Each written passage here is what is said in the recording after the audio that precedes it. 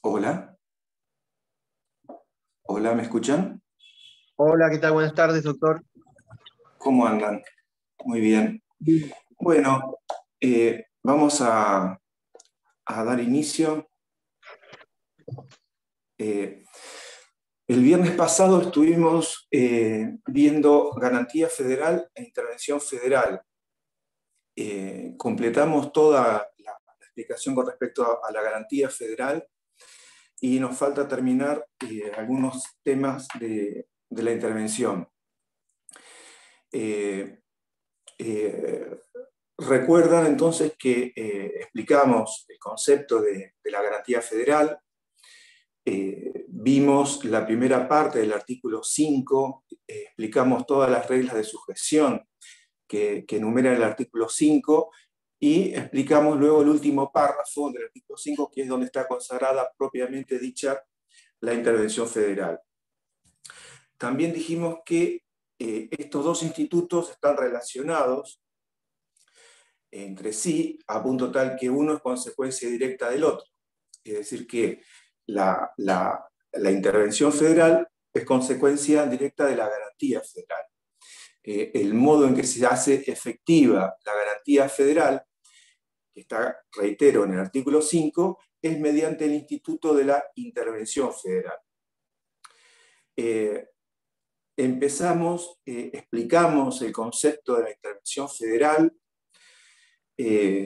vimos los supuestos en que procede la intervención federal, eh, explicamos el artículo sexto, donde vimos que aparecen de la lectura, aparecen 4 casos que habilitan el dictado de la intervención federal, y recuerdan que nosotros los agrupamos bajo 2 títulos.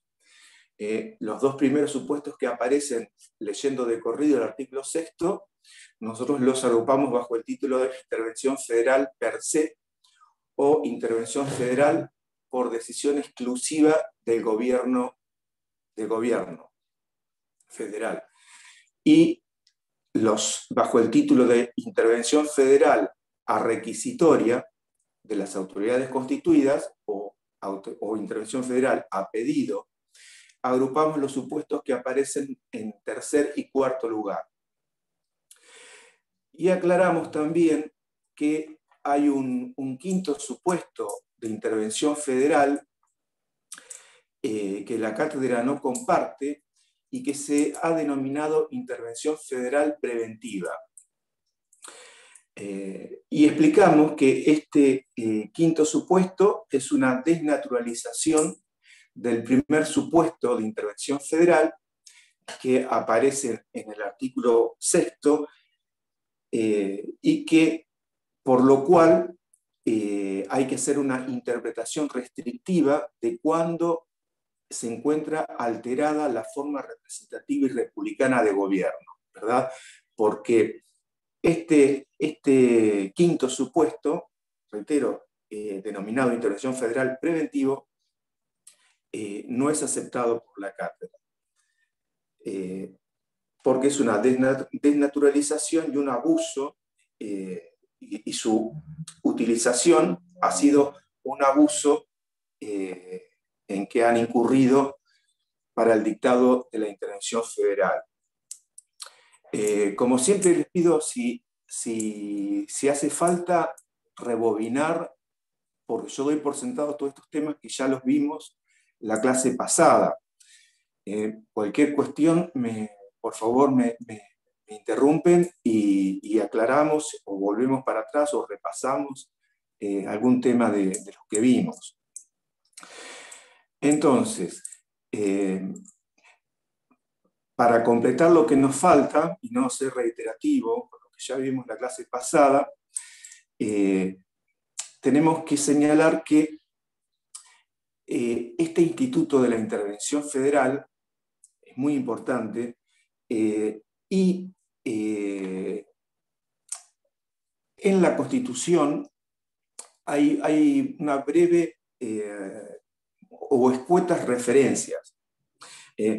Hasta antes de la reforma constitucional de 1994, la única referencia que se hacía a este instituto era precisamente el artículo sexto.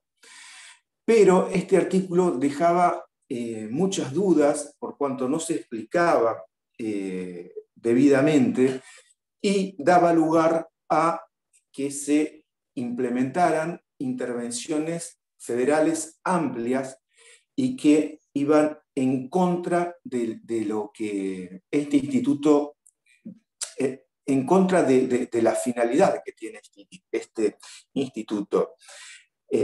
Recuerdan que la finalidad del instituto es para hacer efectiva la garantía federal, es decir, para que cada provincia dicte su constitución conforme a las reglas de sujeción que le establece el artículo 5 y pueda gozar del uso y tenga el uso y goce de sus instituciones, y que esa autonomía provincial es consagrada en el artículo 5, esa autonomía provincial va a estar garantizada por el gobierno federal.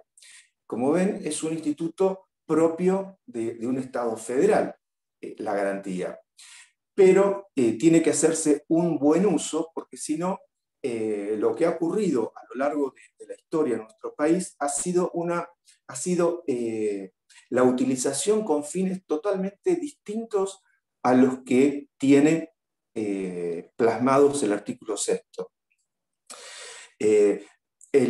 La primera cuestión, hasta antes de la reforma, surgía de la lectura del artículo sexto. El artículo sexto dice el gobierno federal, el gobierno, no dice el gobierno federal, el gobierno federal, pero no decía cuál órgano de gobierno era el que podía dictar la intervención federal.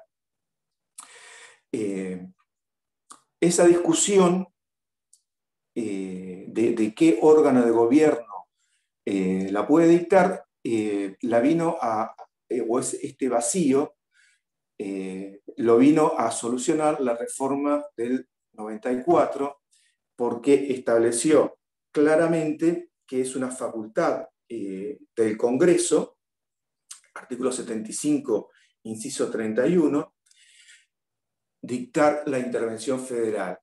Y estableció también que el Poder Ejecutivo, en el artículo 99, inciso 20, podrá dictarla en caso de receso del Congreso, pero inmediatamente tendrá que convocar al Congreso para que trate, mediante una ley, la intervención federal. Es decir, que si bien no se reglamentó debidamente la intervención federal, por lo menos se solucionó estas cuestiones. Antes de la reforma del 94, ya la Corte había señalado que la naturaleza jurídica de la intervención federal era una cuestión política, ¿verdad? Que era un acto político, es decir, que correspondía a los poderes políticos, es decir, que correspondía al Congreso y al Ejecutivo y al presidente.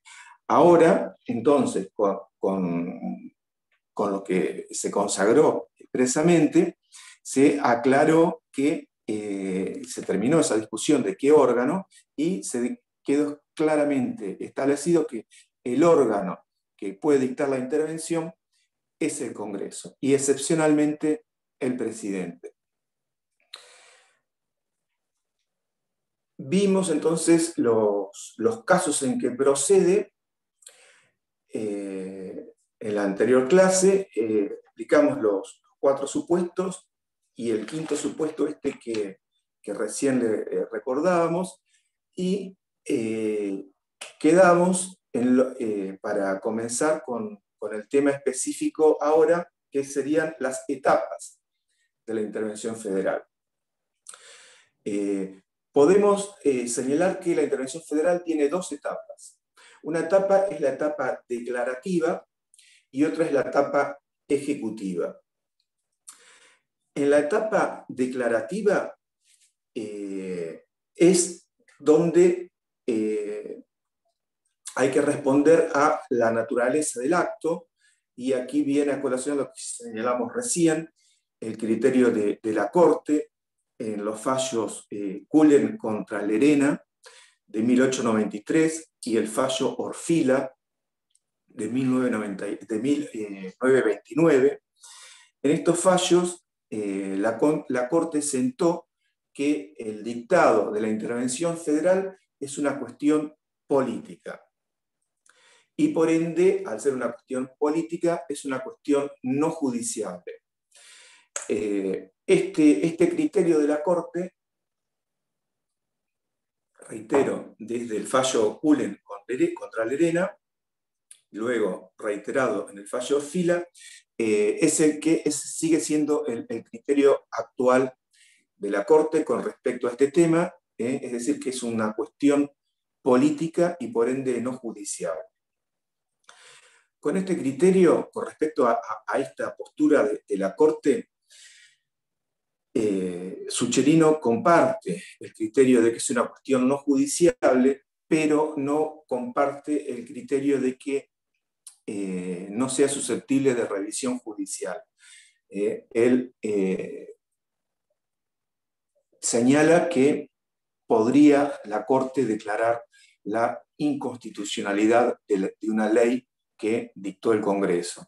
Pero, repito, la Corte dice que este tema, como es un tema es un acto político, de naturaleza política, no puede ser revisado. ¿Se entiende? Es decir, si el Congreso de la Nación dicta una ley que dispone la intervención federal a alguna provincia, no puede declararse la inconstitucionalidad de esa ley por ese motivo. Pero, como habíamos señalado,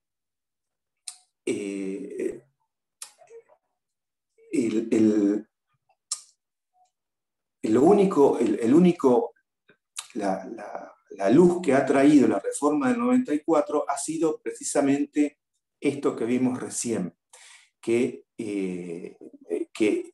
órgano puede dictarlo, que es fundamental, pero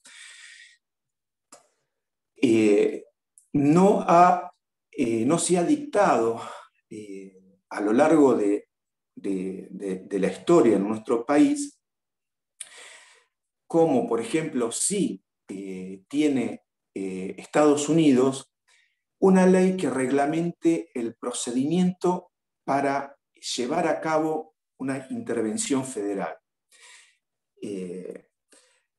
Y por eso es que el mal uso del dictado de las intervenciones federales, que, reitero, ahora ha tenido un freno, porque anteriormente las podía dictar de un plumazo el presidente a una intervención federal.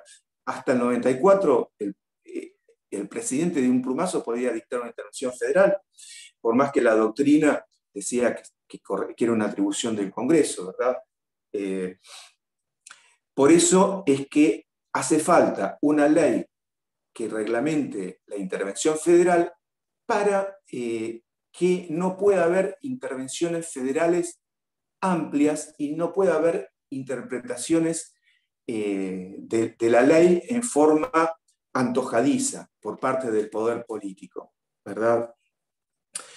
Lamentablemente, nunca se ha podido dictar una ley que reglamente el artículo 6º y que reglamente el procedimiento para llevar a cabo una intervención federal. Ahora vamos a volver con esta cuestión. Pero entonces, para completar lo de las etapas, tenemos que en la primera etapa es la etapa declarativa y entonces corresponde al Congreso el dictado de una ley, el dictado de la intervención federal. Y luego viene la otra etapa, que es la etapa ejecutiva. Para clarificar con un ejemplo qué se realiza en una etapa y en la otra, Sucherino da el ejemplo de una operación quirúrgica. Y él señala, ¿se acuerdan?, que dice que el éxito de la intervención federal va a depender del acierto en el diagnóstico y de la habilidad del cirujano. Acá hace referencia a el acierto en el diagnóstico, que es la intervención del Congreso, que diagnosticó la necesidad de la intervención federal a una provincia, y la habilidad del cirujano, porque es el presidente, es decir, el cirujano, el que va a llevar a cabo esa operación y va a extirpar el cáncer en el órgano que afectaba la vida institucional en esa provincia. Vamos a dar un ejemplo, un supuesto caso de que haya una intervención federal amplia. Es decir, que el Congreso, mediante una ley, dispusiera la intervención federal a todos los poderes de la provincia en cuestión. Es decir, una intervención que abarque al Poder Legislativo, es decir, el Congreso estadual, una intervención que abarque al Poder Ejecutivo estadual, es decir, al gobernador, y una intervención federal que abarque al Poder Ejecutivo, al Poder Judicial de esa provincia. Y también un supuesto que la ley que dicta el Congreso abarque la esfera municipal. Entonces vamos a ver cómo procede el interventor para llevar a cabo esa intervención federal. Primero hay que señalar que, como vimos, el que va a llevar a cabo la intervención va a ser el presidente, la habilidad del cirujano para que el éxito, la operación, sea un éxito, ¿verdad? El presidente va a designar a un funcionario, que va a ser justamente el interventor federal, va a designar a un funcionario para que lleve a cabo esa intervención federal.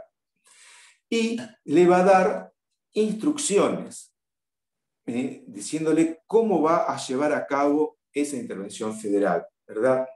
Ahora bien, las instrucciones que le dé el presidente tienen que ser con una interpretación restrictiva de los puntos que habilitó previamente la ley que dictó el Congreso, ¿verdad?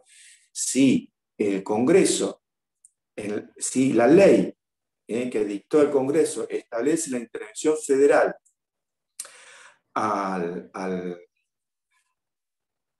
Poder Ejecutivo, el interventor, el presidente, no le podrá decir e instruir al interventor federal para que, de paso cañazo, cuando vaya a la provincia en cuestión a llevar a cabo la intervención al Poder Ejecutivo provincial, de paso remueva a tal y cual juez integrante del Poder Judicial de esa provincia, ¿verdad? ¿Por qué? Porque no está habilitado y tiene que hacer una interpretación, obviamente, restrictiva, y solamente tiene que abarcar los puntos que dictó el Congreso y habilitó en la ley respectiva.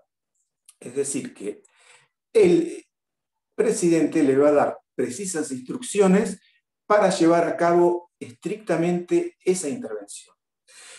Y aquí es, por ejemplo, cuando, por ejemplo, es la necesidad de una ley que reglamente todas estas cuestiones, ¿verdad? Y que lamentablemente no existe y que ha llevado a que se realice un mal uso en el desarrollo de la intervención federal. ¿Me explico? Entonces, y el interventor va a ser un representante directo del presidente y va a tener que rendir cuentas al presidente de los actos que lleve a cabo en el ejercicio de su tarea. Por ejemplo, vamos a señalar un caso donde el Congreso haya dispuesto la intervención federal que disponga la intervención del gobernador. En este caso, el interventor, que es el que va a llevarla a cabo, va a dictar un decreto y va a sustituir al gobernador. Al gobernador y por ende el gobernador va a cesar en su cargo. En el caso de que la ley haya dispuesto una intervención a la legislatura estadual, es decir, al Congreso, también el interventor, mediante un decreto, va a disponer, bien digo, la disolución de la legislatura y va a decretar la caducidad de los mandatos de los legisladores. Y también, mediante un decreto, va a designar un interventor específico que tendrá solamente tareas administrativas en la legislatura.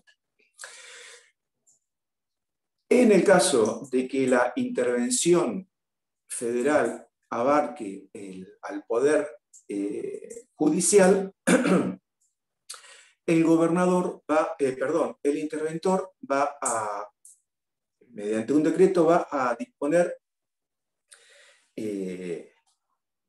va a señalar que todos los jueces van a quedar en comisión. Todos los jueces quedan en comisión y por ende van a perder la garantía de inamovilidad en el cargo.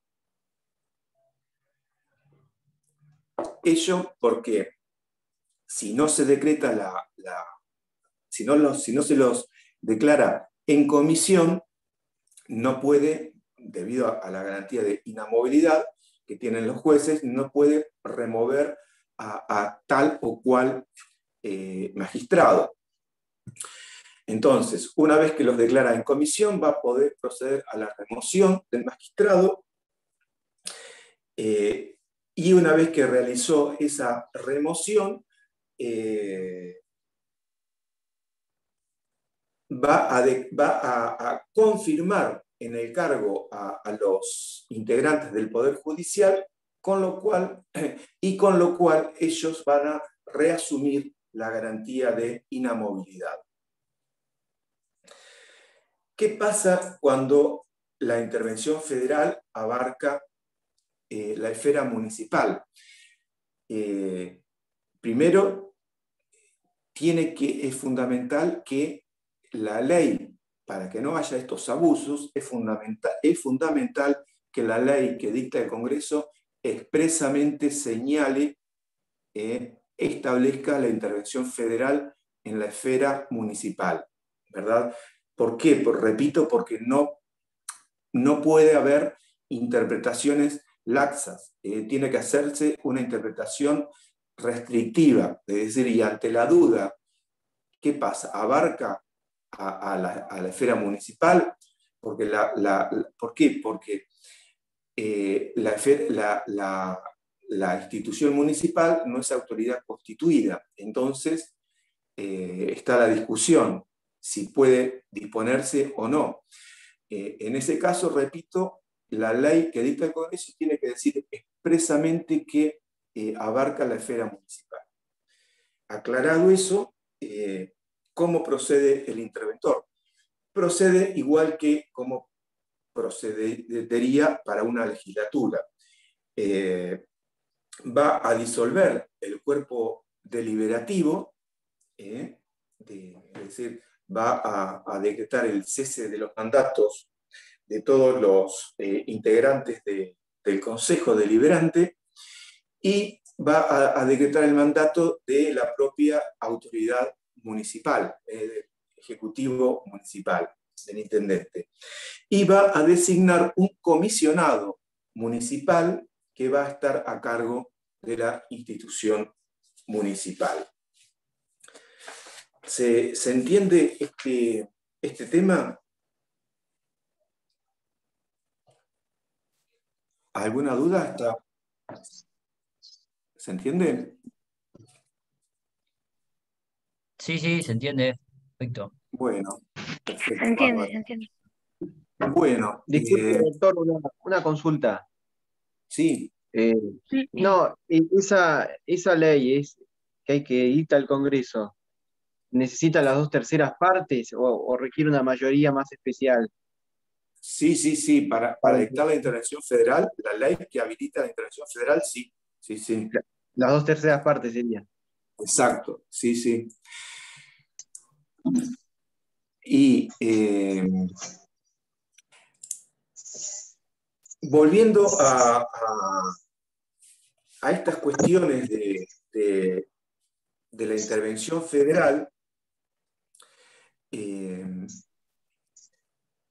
quiero señalarles un caso, que es el caso Sosa.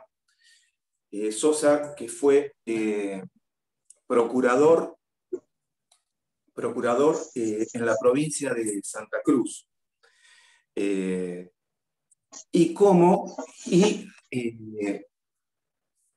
este caso, la Corte de la Nación pidió la intervención de la provincia de Santa Cruz porque la provincia de Santa Cruz desoía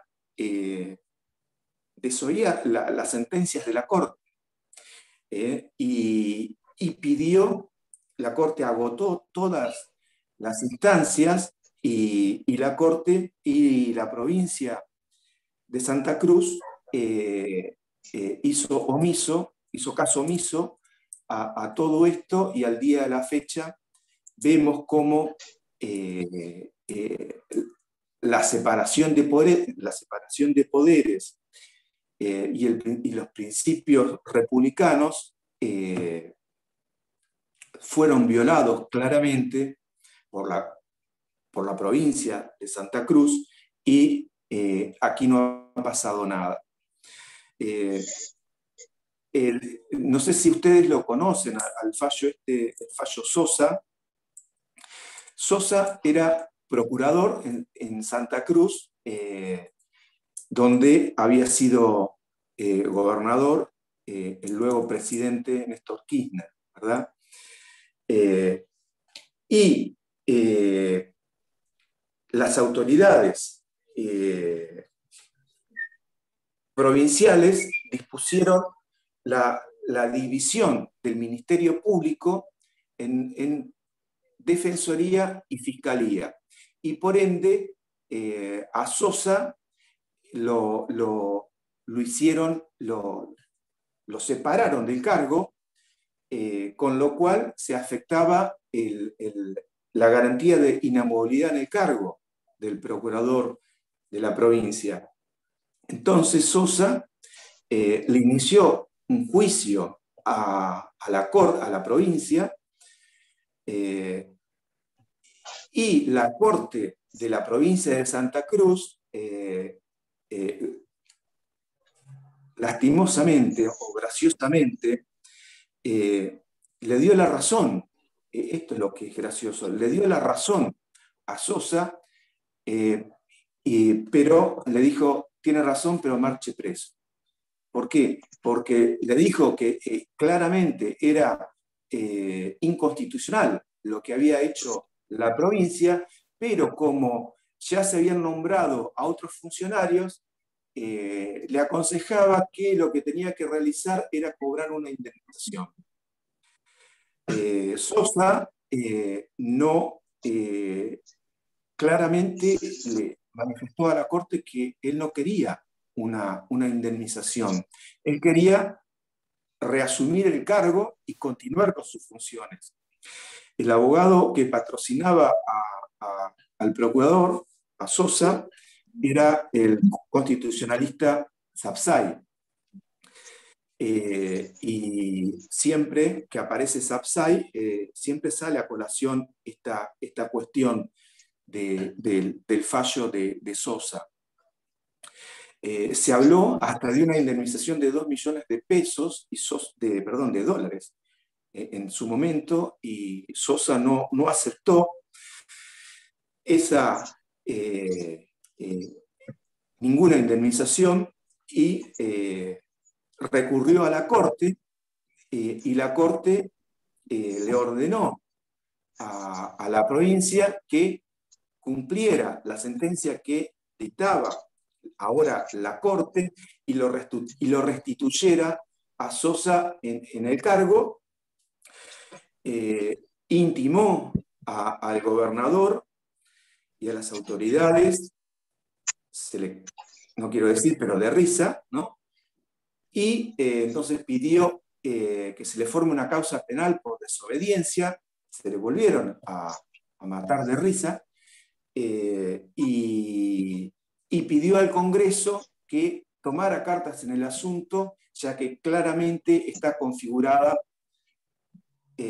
una violación al principio de separación de poderes y por ende se está violando un principio republicano, que es una regla de sujeción que estamos hablando ahora, cuando se encuentre alterada la forma republicana de gobierno, es uno de los supuestos en que procede la intervención federal. Bueno, acá hay una clara violación al principio de separación de poderes, hay una violación a la inamovilidad en el cargo, pero el Congreso, hay un celular que está haciendo ruido, no sé quién será.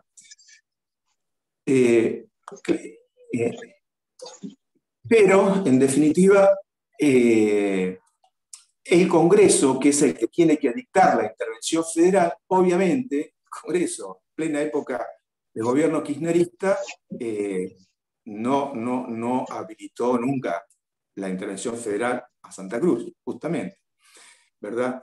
Y así, al día de la fecha, sigue esta cuestión, cayó en abstracto ya, ¿verdad? Pero es importante que se conozca y se estudie el caso el caso de Sosa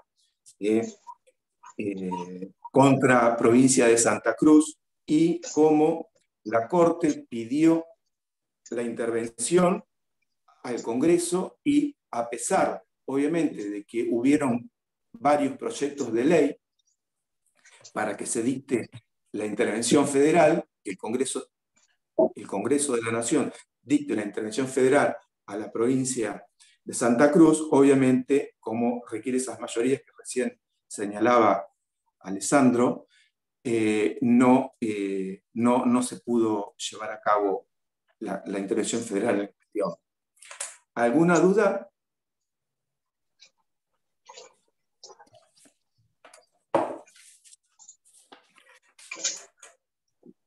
Bueno, también ha habido proyectos para dictar una ley que organizara el procedimiento para llevar a cabo la intervención federal, pero tampoco se ha sancionado, obviamente con esas mayorías, ¿no? La cual sería necesaria para evitar malas interpretaciones, ¿verdad? O interpretaciones antojadizas o abusivas. Bueno, con esto terminaríamos el tema de la intervención federal, los casos en que procede y el análisis del fallo Sosa. Antes de continuar con el artículo 129, como no nos va a dar el tiempo, vamos a ver otros temas ahora de derecho municipal para poder utilizar el tiempo y dedicar una clase desde el inicio para el artículo 129. Si hay alguien que tiene el micrófono y se filtra acá, si alguien lo puede manejar, por favor.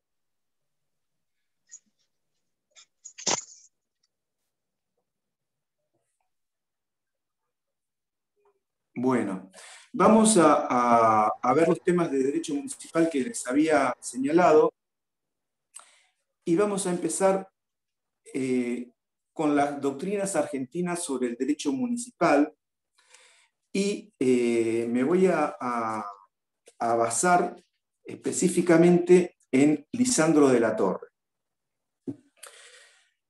Lisandro de la Torre, 1868-1939. Lisandro de la Torre nació en la provincia de Santa Fe, en Rosario, en ese año 1868, y murió a finales de la década infame, a finales de la década del 30.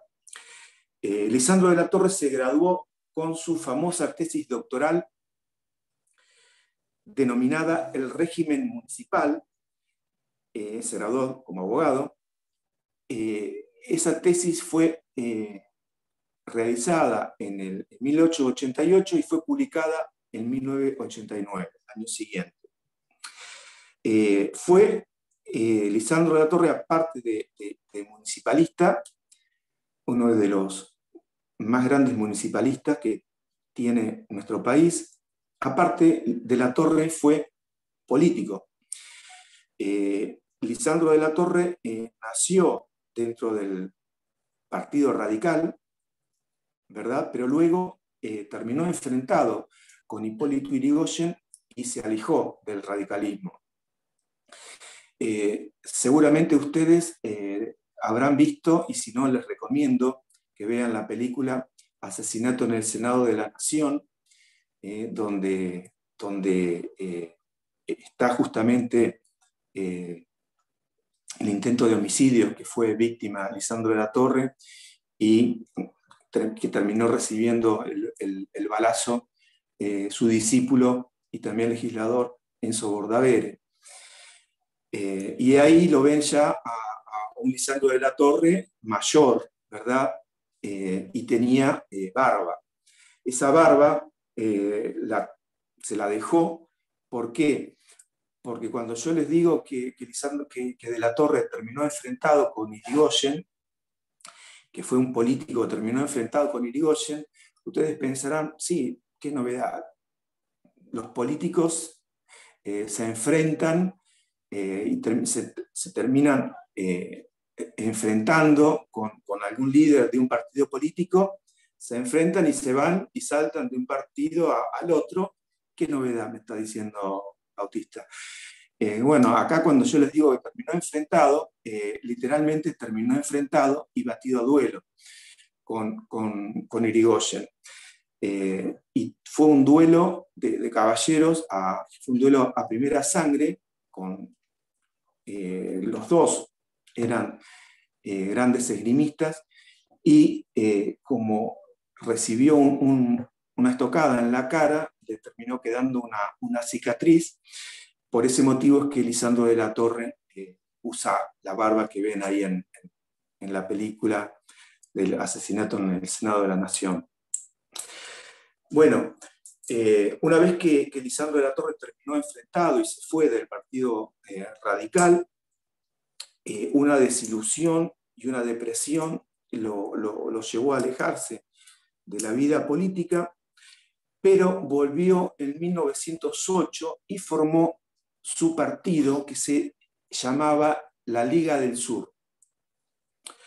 Lo fundó en Rosario y ahí se convirtió por primera vez diputado de la provincia de Santa Fe, ¿verdad?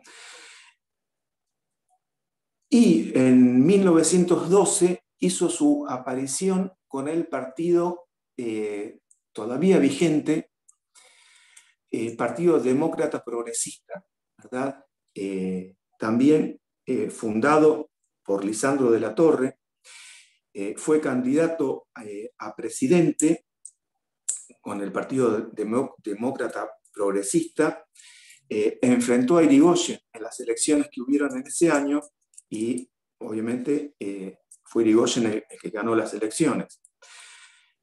Como diputado, justamente en la película que dice referencia, están los memorables debates que realizó, históricos y memorables debates en el Congreso de la Nación. Y luego otra gran depresión, justamente por el asesinato de Bordaberry, lo llevó nuevamente a alejarse de la vida política y volvió en 1931 a la vida política con la fórmula, encabezando la fórmula con Nicolás Repetto, que terminó perdidosa. Y como todos saben, en 1939 se pegó un tiro en el corazón. El aporte municipalista de Lisandro de la Torre surge en la tesis doctoral que señalamos, con la cual se graduó como abogado en 1888. Esta tesis doctoral, brevemente la vamos a resumir diciendo que esta tesis que se denominó el régimen municipal, Lisandro de la Torre la dividió en 3 partes. La primera parte hace un estudio sobre el sistema municipal. Y en esta primera parte hace una suerte de esquema teórico investigativo de la institución municipal. En la segunda parte de la tesis, Lisandro de la Torre hace un estudio del derecho municipal, del derecho municipal comparado, es decir, cómo es encarado y estudiado esta cuestión en otros derechos, en las diferentes legislaciones del mundo. Y en la tercera parte de la tesis, con la que se graduó, Lisandro de la Torre hace un proyecto de ley municipal para Santa Fe. Brevemente, en la primera parte de la tesis doctoral, cuando hace un esquema teórico práctico de la institución municipal, ahí Lisandro de la Torre da definiciones fundamentales para nuestra materia, ¿verdad? Ahí hace referencia a que el municipio aparece consagrado como una institución natural, que es generado naturalmente. Ustedes se acuerdan cuando estudiamos y vimos las diferentes caracterizaciones del municipio, vimos varias, vimos fundamentalmente la del doctor Sucherino, y vimos las tesis con respecto a la naturaleza jurídica, es decir, al origen, y obviamente señalamos que el municipio es una institución natural. Bueno, Lisandro de la Torre ya es uno de los municipalistas que señalaba justamente eso, y ahí lo volcó en su tesis doctoral, diciendo que el municipio, la institución natural, es una institución natural que se genera naturalmente. En esta tesis tan importante para el derecho municipal, dice que el municipio es un auténtico poder del Estado, ¿verdad? Un auténtico poder del Estado, obviamente haciendo referencia a un poder del Estado dentro del Estado federal. Señala Lisandro de la Torre que el municipio es el último grado de descentralización política que tiene un Estado federal. Y por último, en su tesis, obviamente hace referencia a la autonomía municipal, como lo venimos sosteniendo, hace referencia a que el municipio es autónomo, y también en la tesis hace referencia a la composición del cuerpo electoral municipal. Y dice al respecto que la composición del cuerpo electoral municipal va a estar basado en los contribuyentes. Esto es una idea de juventud de Lisandro de la Torre, que luego perdió rigidez, ¿verdad? Imagínense que si hoy en día, luego perdió rigidez por el propio Lisandro de la Torre, pero lo que estaba planteando Lisandro de la Torre es que el cuerpo electoral municipal iba a estar basado en los contribuyentes, ¿no? Si lo lleváramos a la práctica, acá no votaría nadie, porque los contribuyentes son los que habían pagado, los contribuyentes que habían pagado los impuestos el año de las elecciones, ¿verdad? Por eso es una idea propia de juventud que luego perdió rigidez con respecto a la composición del cuerpo electoral municipal.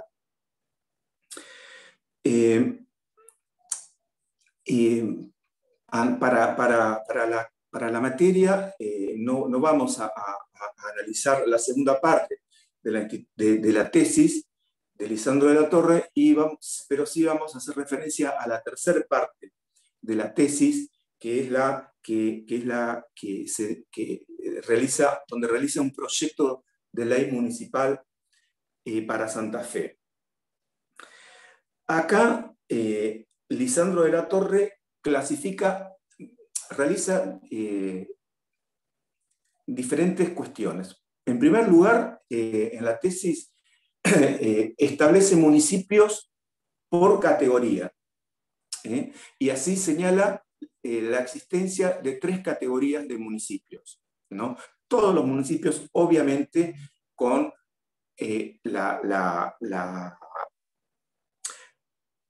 con todo la naturaleza y todas las características de todo lo explicado en el esquema teórico práctico de la primera parte, obvio, ¿no? Entonces, establece municipios de primera categoría, de segunda categoría y de tercera categoría. Todos con autonomía, etcétera, etcétera, todo. Y así establece municipios de primera categoría, que era en 1888, ¿no? Ubicándose en ese momento, a los de primera categoría él los va a denominar ciudades, que van a ser los que tengan, los municipios que tengan más de 50.000 habitantes. Luego, a los municipios de segunda categoría, él se va a referir con esa denominación, municipios de segunda categoría, a los que nosotros denominamos núcleos poblacionales, que son los que van a tener de 2.000 a 50.000 habitantes.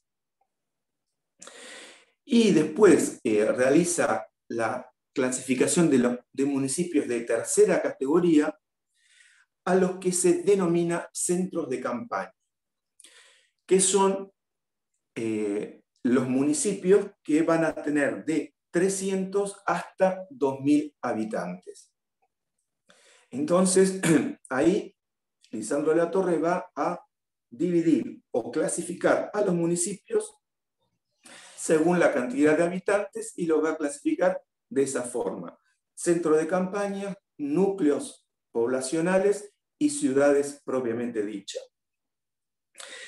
Y luego, en la tesis, Lisandro de la Torre les va a asignar una forma de gobierno diferente a cada categoría de municipio. Cada municipio va a tener una forma de gobierno diferente según su categoría. Después, a continuación, vamos a hablar de la forma de gobierno municipal y la forma de gobierno municipal en el derecho comparado.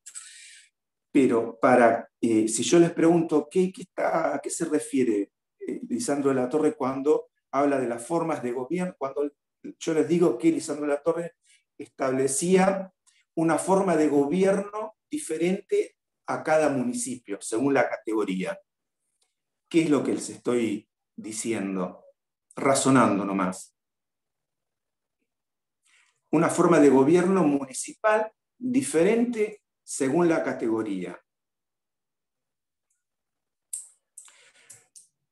Lo primero que tienen que ubicarse es cómo es la forma de gobierno municipal que tenemos en un municipio. ¿Cómo es? Y tiene que adoptar la forma representativa y republicana, Claro. y federal. Tiene que estar en concordancia con la nación. Ok, En esos obvio, términos. sí, claro, pero ¿cómo es? Es sencillo. La ven todos los días frente a la facultad. Ahí está la forma de gobierno. De la ciudad cabecera, que está la Claro. municipalidad en la ciudad cabecera. ¿Y cómo es la forma de gobierno municipal? Digamos, Es tan simple que por ahí no sale. ¿Cómo es la forma de gobierno? que está, bueno, el intendente, Un ejecutivo. Claro, ejecutivo y deliberativo. un intendente, pero ejecutivo y un deliberativo a cargo del Consejo Deliberante. Bueno, Lisandro de la Torre les daba una forma de gobierno diferente según la categoría del municipio. Eso es lo que establecía en la tesis doctoral. Así, para los municipios de primera categoría, él les daba una forma de gobierno muy similar al sistema bicameral europeo, que consistía en dos órganos: una asamblea y un consejo deliberante, por un lado, y un intendente. Esa es la forma de gobierno que establecía. Parecido a lo que es el sistema bicameral. Una asamblea y un consejo y un intendente. Establecía que por sufragio popular se iban a elegir 40 miembros. 30 iban a ir para la asamblea y 10 para el Congreso, para el Consejo, perdón. Y el intendente iba a ser elegido por votación popular. Y aquí, a los fines electorales, él establecía que solamente iban a poder sufragar los argentinos nativos o naturalizados que hubiesen pagado impuestos en el año que se llevaba a cabo esa elección municipal. Repito, una postura con una rigidez propia de la juventud que luego fue flexibilizada, ¿no? Es decir, que solo iban a votar los que hubieran pagado impuestos, ¿no? Pero bueno, luego se modificó. Para los municipios de segunda categoría, acá, es decir, para los núcleos poblacionales, acá la forma de gobierno que adoptaba Lisandro de la Torre en la tesis era con un consejo deliberante y un departamento ejecutivo a cargo del intendente. Y para los de tercera categoría, para los centros de campaña, acá como forma de gobierno aparece una forma de gobierno que después vamos a explicar a continuación, muy similar a lo que se conoce en Estados Unidos modernamente como sistema de la comisión. Acá, para estos núcleos poblacionales, el pueblo que vivía en ese núcleo poblacional iba a elegir una comisión, iba a elegir integrantes de una comisión de entre 6 a 10 miembros integrantes de esa comisión. Y también preveía que para cuando hubiera menos de 300 habitantes, Lisandro de la Torre establecía lo que él denominó comisiones vecinales, que iban a ser elegidas también por la gente que vivía en esos núcleos. La diferencia entre uno y otro es que en los núcleos, en los centros de campaña, los integrantes de la comisión iban a elegir dentro de sí un representante suyo que se iba a denominar presidente de la municipalidad, ¿verdad? ¿Alguna duda con esta cuestión?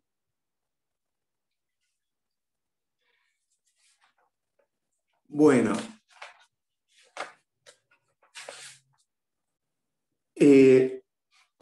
vamos a aprovechar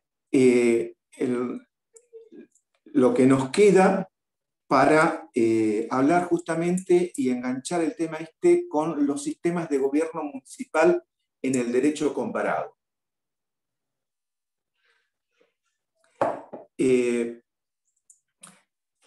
De todos los sistemas de gobierno municipal en el derecho comparado, el que yo quiero que ustedes estudien y que sepan de su existencia son los sistemas de gobierno municipal que existen en Estados Unidos, ¿verdad?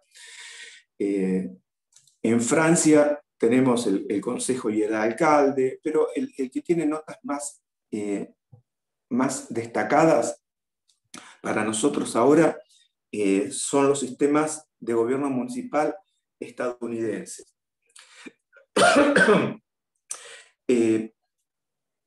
Los sistemas de gobierno en Estados han florecido, los sistemas de gobierno municipal en Estados Unidos han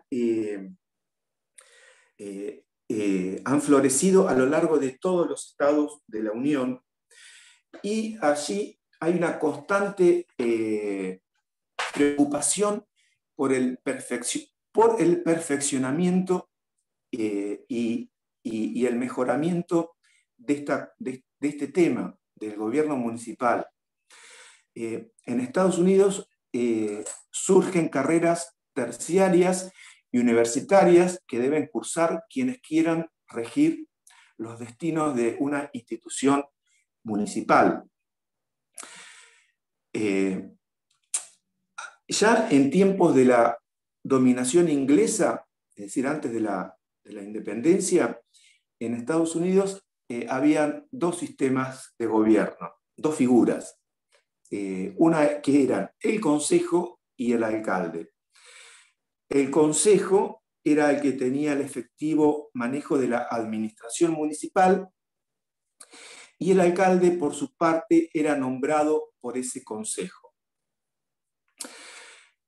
Luego, en los primeros tiempos de la independencia, es decir, luego de la independencia, la figura del alcalde fue teniendo más importancia y preeminencia que la figura del consejo. Y así, hoy en día, podemos señalar que existen 3 sistemas de gobierno municipal en Estados Unidos.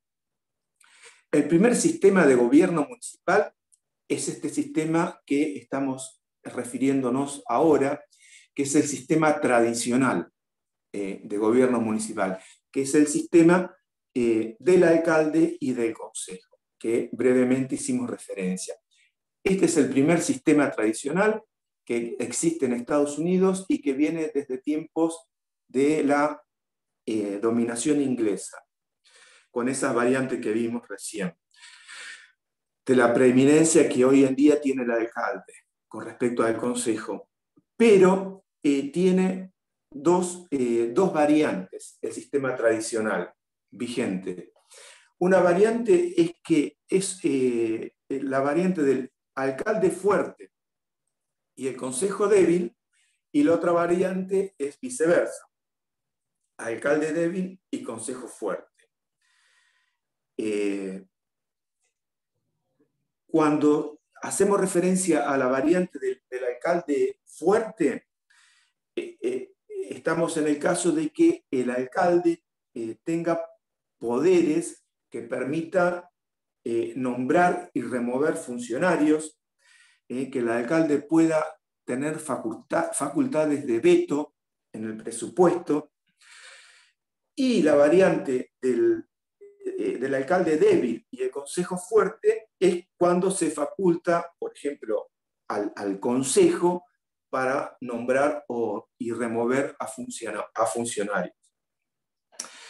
Este sistema tradicional del consejo y el alcalde es el vigente en las grandes ciudades de Estados Unidos, como por ejemplo Nueva York y Boston. En estas grandes ciudades el sistema municipal es el del consejo y el alcalde, que puede tener alguna de estas dos variantes que vimos recién. Otro sistema de gobierno municipal en Estados Unidos es el sistema de la comisión.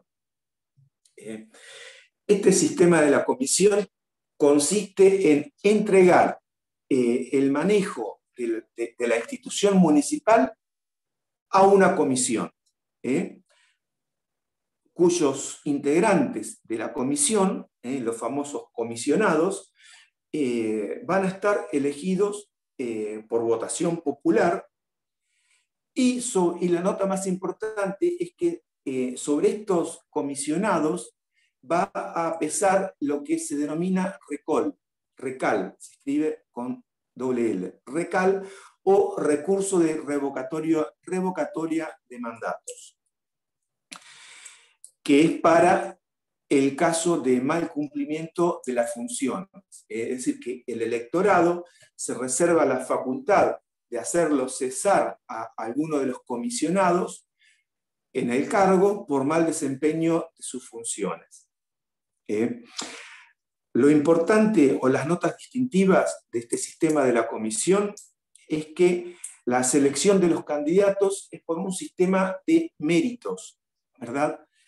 La selección es por candidatos y no por partidos. Cualquier tipo se candidatea y la elección de los comisionados es por candidatos. Y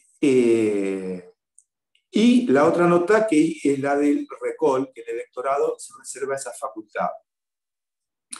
Y el tercer sistema de gobierno municipal que hoy podemos distinguir es el sistema que se denomina sistema de la comisión, pero ahora se le agrega la figura del manager o gerente.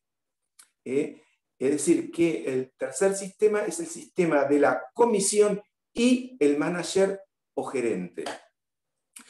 Este sistema de gobierno municipal también es una idea originaria de Estados Unidos y que luego pasó a otros países que la han seguido, como Canadá e Irlanda. Y este sistema de gobierno municipal se integra con dos figuras. Por un lado está la comisión, cuyos miembros son elegidos por votación popular, y por otro lado el manager o gerente. Y acá lo fundamental es que el manager o gerente es nombrado por esa comisión y es elegido por esa comisión en base o en mérito a los conocimientos que el manager o gerente tenga en el manejo de temas municipales, ¿verdad?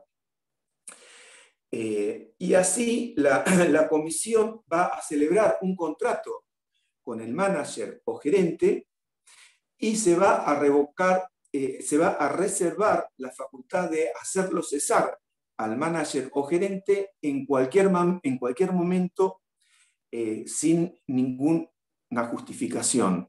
Obviamente que el contrato que va a celebrar la comisión con este funcionario, con el manager o gerente, no podrá durar más, no podrá exceder el mandato que tienen los integrantes de la comisión, ¿verdad?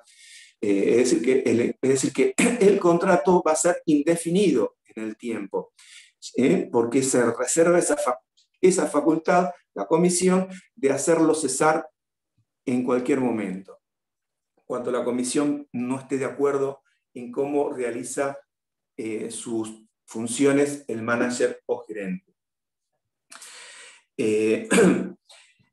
Y este sistema del manager y gerente es el sistema que está en alza en los Estados Unidos.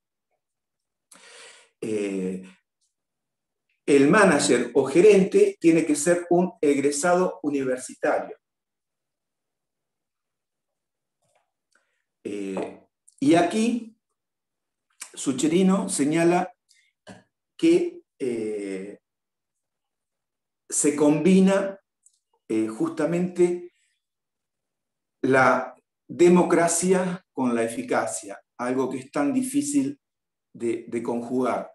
Con este sistema de gobierno municipal se combina la democracia con la eficacia, ¿verdad? Obviamente, la democracia está representada en la comisión y la eficacia está representada con el manager o gerente o lo están nombrados CEO ahora, ¿verdad? Manager o gerente simboliza la eficacia y la comisión simboliza la democracia. ¿Alguna duda con estos temas?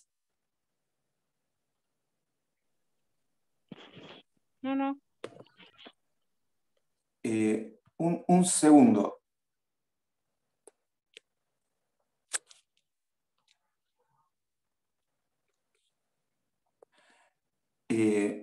Bueno.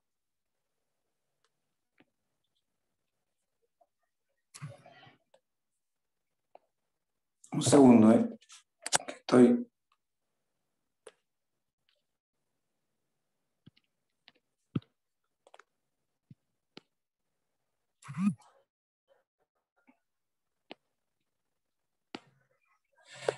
Listo.